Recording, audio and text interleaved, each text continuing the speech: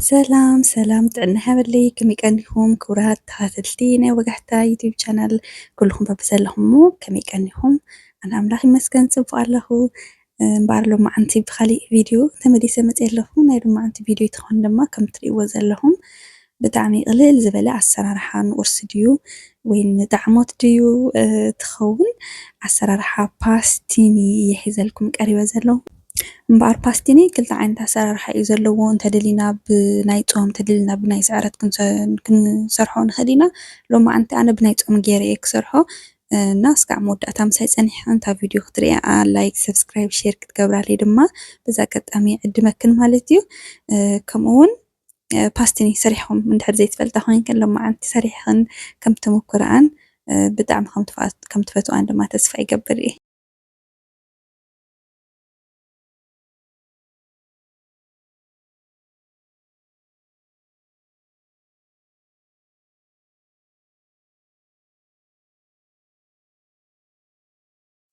እምበኣር ፓስቲና ንምድላይ ዘድልየና መጀመርታ ሕሩጭ እዩ። ሕሩጭ ድማ እዚ ናይ ሕምባሻ ንጥቀመሉ ሕሩጭ እየ ዝጥቀም ዘለኹ። ክልተ ኩባያ ነፍየ ኦልሬዲ ሬዲ ገይረዮ ከምኡ እውን ካልኦት ዘድልዩኒ ነገራት ብጎኒ ኣዳልየ ኣለኹ ማለት እዩ።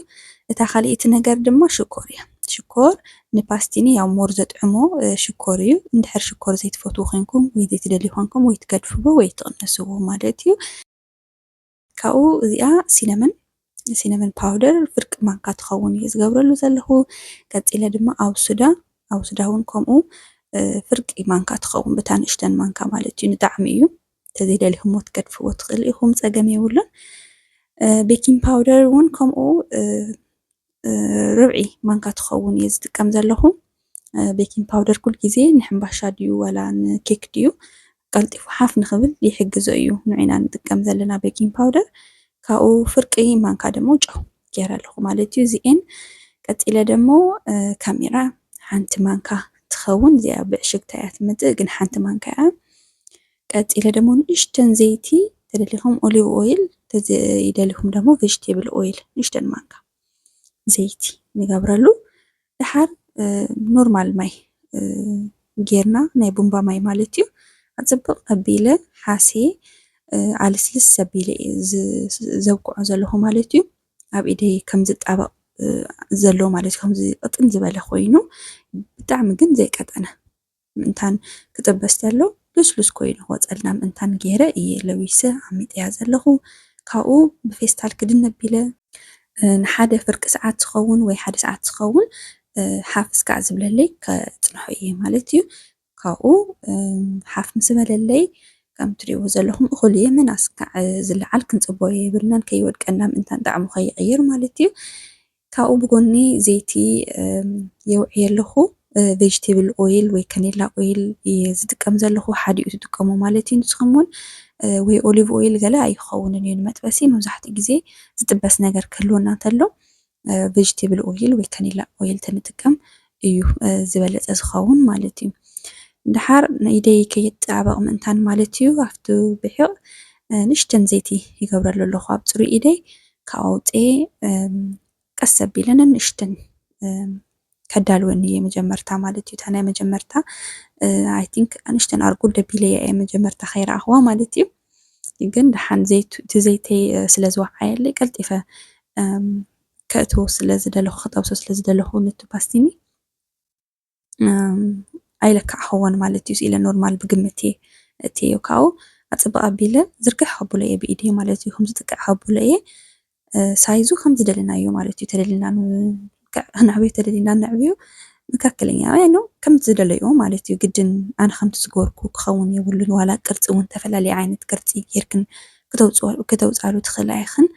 ኣነ ግን ያው ትዝታ ከምዚ ትዝ ስለ ዝበለኒ ኣነ ቀደም ሃይስኩል እንዳሃለና ብ50 ሳንቲም ትዝ ይብለኒ ብ50 ሳንቲም እንዳገዛእና ዕረፍቲ ክንወፅእ ተለና ማለት እዩ።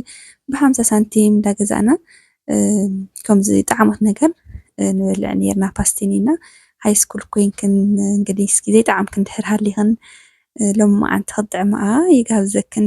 ናይ ዓድና እኳ ፍሉይ እዩ ናይ ብሓቂ ኣድኖ ከመይ ገይረን ከም ዝሰርሐኦና ብቻ ነታ ዘዕረኽዋ ፓስቲኒ ናብቱ ዝወዓየ ዘይቲ ቀስ ኣቢለ እትየ ኣለኹ። ተጠንቂቅን ኢድክን ያው ዘይቲ ትፈልጦ ኢኸን ብጣዕሚ መቃፀሊ ስለ ዝኾነ ማለት እዩ ካብኡ ቀስ እንዳበልኩ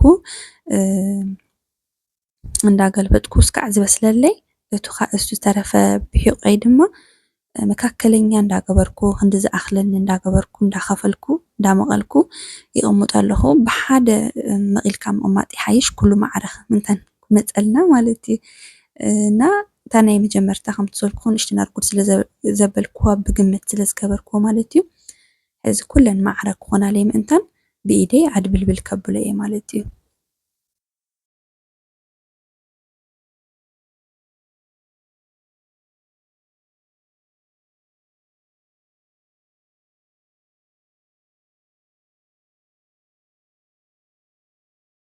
ካብኡ እታ ናይ መጀመርታ ፓስቲኒ ወፂኣትለይ ኣላ ብፅቡቅ ኮይና በሲላ ኣላ ቅይሕ ዝበለ ኮይኑ ካብኡ ናብ ፔፐር ታወል ጌርና ያው ዘይቲ ስለ ዘለዎ ናይ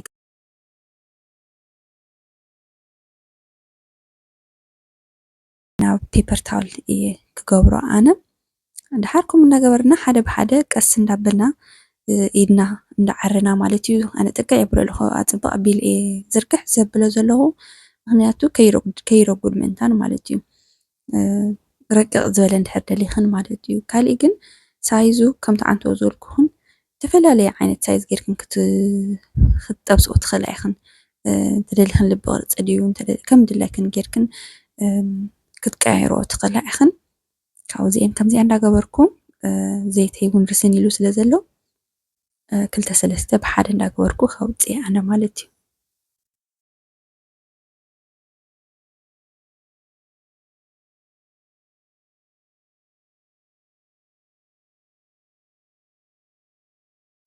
እዚ ኣነ ኣብዚ ቅርፂ መጀመርታ ዝርግሕ ኣቢለ እየ ነይረ ካብኡ መይሰ እንደገና ዶናት ተምሲሉ እዩ እዚ ድማ ይቕይሮ ኣለኹ ማለት እዩ ሕዚ ከይሓፍሰኒ ወይ ድማ ከይረጉደኒ ምእንታን ብጣዕሚ ርቅቕ ኣቢለ ድማ ጠቅየዮ ማለት እዩ ብጣዕሚ ክረቅቕ ተሎ ድማ ሞር ብጣዕሚ ፅቡቅ ኮይኑ እዩ ዝወፅእ እስካዕ ውሽጢ እዩ ዝበስል እና ከለር እውን ፅቡቅ ክኾነልና ተሎ ኢና ቀልጢፍና ውፃውፅእ ነብሎ እንድሕር ዝንግዕ ኢሉ እቲ ሓዊ ርስን ስለ ዝብል ቀልጢፉ እዩ ዝሓርርና እዚአን ይመስላ ማለት እዩ ፓስቲነይ ዘን ክልተ ኩባያ ሕሩጭ ክንድዚ ዝኣክል ፓስቲኒ ይወፀሉ ማለት እዩ ውሽጡ ብጣዕሚ ፅቡቅ ኮይኑ እዩ በሲሉ እቲ ማእኸል ዘይበሰለ ዝመስል ካብ ከጥቅዖ ከለኹ ሓዋት ገዋጥ ስለ ዝኾነ እዩ ሓዊ ወይ ድማ ዘይቲ ስለ ዘይኣተዎ እዩ ከምኡ ኮይኑ ግን ስቲል ውሽጡ በሲሉ እዩ ብጣዕሚ ፅቡቅ ኮይኑ ማለት እዩ እና ነዚኣ ትመስል ከም ትፈትዋ ተስፋ ይገብር እየ ኣነ ቁርሲ ቡና እየ ቀሪበዮም